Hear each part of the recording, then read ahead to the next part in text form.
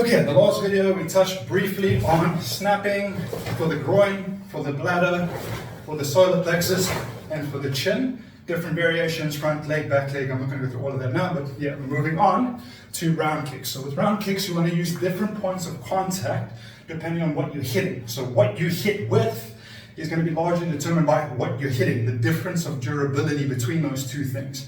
I don't have to use my shin if I'm kicking someone in the testicles, because the bottom, I don't have to lose the reach. I can use the edge of my foot. My foot's going to win in that exchange. But the tip of my foot against someone's forehead or elbow or hip, my foot's going to lose. So I kick you, I break my own foot, you're probably fine. So you got to match it up correctly. So a strike surface really matters. With round kicks, you've got different strike surfaces. You can use the edge of this arch, this transversal arch here in the foot. So this, you're not going to strike very hard surfaces. You can get away with maybe the jaw, if you're snapping it across onto the jaw. Ribs, anything in the body, you're just going to hurt your foot more than you're going to hurt your opponent. So the only real target you could get away with. So if you have the angle to snap onto the nose or snap into the jaw, possibly into the neck, but there you really want to start going into more instep. This is your instep here. Alright, so I figured let me give you a little bit more detail, because no one actually ever talks about the details of this, and it does matter. So with the instep, people often talk about the instep being like from the lower shin to here, which is not technically correct, but that's the area that most people will kick with. So we talked a little bit about the edge of the bones here that you can get away with kicking, but it's mostly just for like the groin, testicle, soft tissue, and maybe the tip of the jaw at long range. If you're throwing a kick, you can get away with that. But this is fairly soft tissue, and you've got your long bones here. It's not great for kicking, but you can get away with it depending on how hard you're kicking. Usually a snap kick, so you don't want to do a follow-through kick with this part of your foot. You're going to bruise the tissue, possibly crack the bones. The risk of foot injury is quite high. Whereas when you're talking about the instep, you're actually talking about, you see how you've got the arch in your foot? I'm exaggerating, my foot's quite flat, but if I exaggerate the arch of my foot, the top here, the bones here, you've got your cuneiform bones and your navicular. So your navicular here and your cuneiform. So those are two quite well. You've got a solid bone here, your navicular, then your cuneiform with two smaller bones, I believe. I'll throw up a diagram for you. Here you've got the long bones, just like in your hand here, that come there. So those generally you don't want to hit with. You want to hit with the instep, and the instep is more this region here. I'm going to tap on it, and hopefully you can hear the bone. So that is what you generally want to kick with when you're kicking into the jaw at long range. You want that bone to hit the jawbone. And that'll be effective. Again, you're not really going to use a full follow-through kick on these bones. They're still relatively small. You can crack them and break them, especially if you hit into an elbow or something. This is why when you're throwing harder kicks, especially follow-through kicks, you start going into the shin bone. So the shin bone, you don't want to hit on the outside, because this is muscle. This is muscle on this side. Listen. Soft. So that is your tibialis, I believe, your tibialis muscle, anterior tibialis. On this side, you've got the actual shin bone, your tibia. So your fibula is on this side. You want to hit with your tibia bone. Listen to this. It angles on this side. You can even see if I push into my calf muscle, this side, you can see this side is calf muscle, this side is bone. So you can angle that bone, and you can strike any point along this bone. Obviously the bone is denser and thicker up here, and obviously less so down here. But if you kick on the further end of it, this acts like a longer lever to accelerate your kick. So you can get a higher velocity kick here and a harder bone impact here. So depending on what you're hitting in the range will determine what part of your shin you connect with. So it's not just your shin that you hit with. Maybe as a novice, yes. But if you're higher level, you should be controlling the distance and hitting with a more intentional part of your leg, So, the mechanics for a knee is different to this part of your shin, which is different to that part of your shin, which is different to that part of your shin, which is different to your instep, which is different to this rim of your foot, which is different to the blade edge of your foot that side, which is different to heel kicks, and which is different to ball of the foot kicks.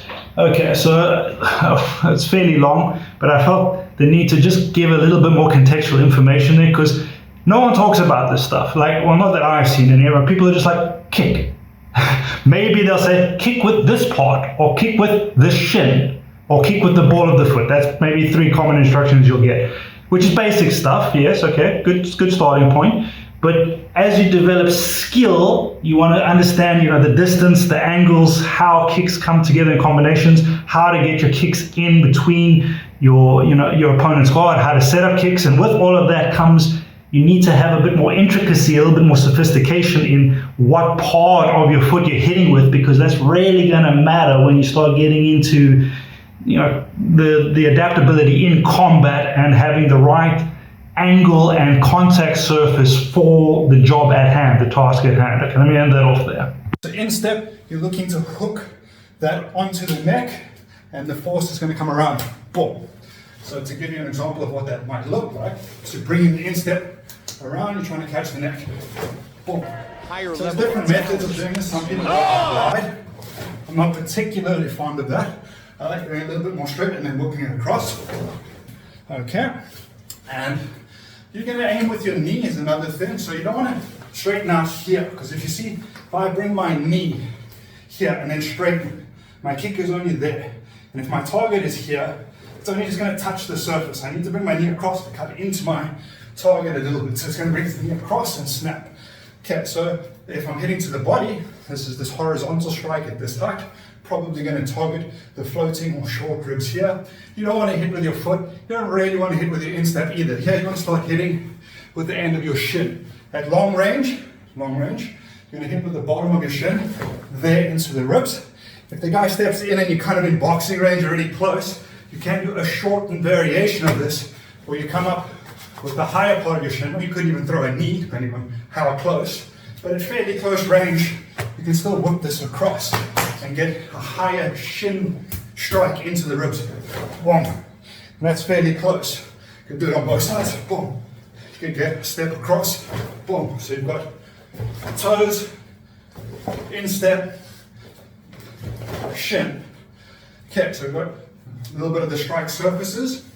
The instep can also be used to catch, low down. If you're looking to hook someone's foot and pull it up, it becomes more of a sweep or a trip. So the way you use your foot really is going to be determined by what you're trying to achieve. You can't just throw willy-nilly with lots of force and think it's going to just work. There's a bit of intricacy. You've got to shape your foot and your leg to become the tool that is good for the job that you're trying to accomplish. Okay, so we did a little bit of round kicks. I'll throw a couple just to show you a few variations of round kicks. So low kick, this might be into the leg. See here I'm stepping out. This creates a horizontal shift of my mass, gives me a slightly different angle, creates more momentum, and I get into the leg. I'm also taking my head off the center line, because if I just throw here and you throw a punch, it's going to come straight down the center line. If I step across, I can probably get in there, step, tackle, body lock, and there's various things you could go from there. So we've got low kicks, we've got rib kick. You could come in at a 45, up, or you could cut horizontal, a little bit slower, so 45, horizontal. You can also get angular down kicks. This is looking if you're coming, trying to get over the shoulder into the neck. So this is when you go up and turn this back leg away. It must be very flexible, because you need to turn in order to get the angle to catch over the head. So round kicks here. 1, 2, 3, 4. Different variations. And you've got snapping and cutting all the way through variations. What else can I show you quickly about round kicks? I mean, that sums up some good information for you. Maybe try to keep these short and sweet. I'll touch briefly on side kicks, and yeah, we'll try to keep these relatively short for you.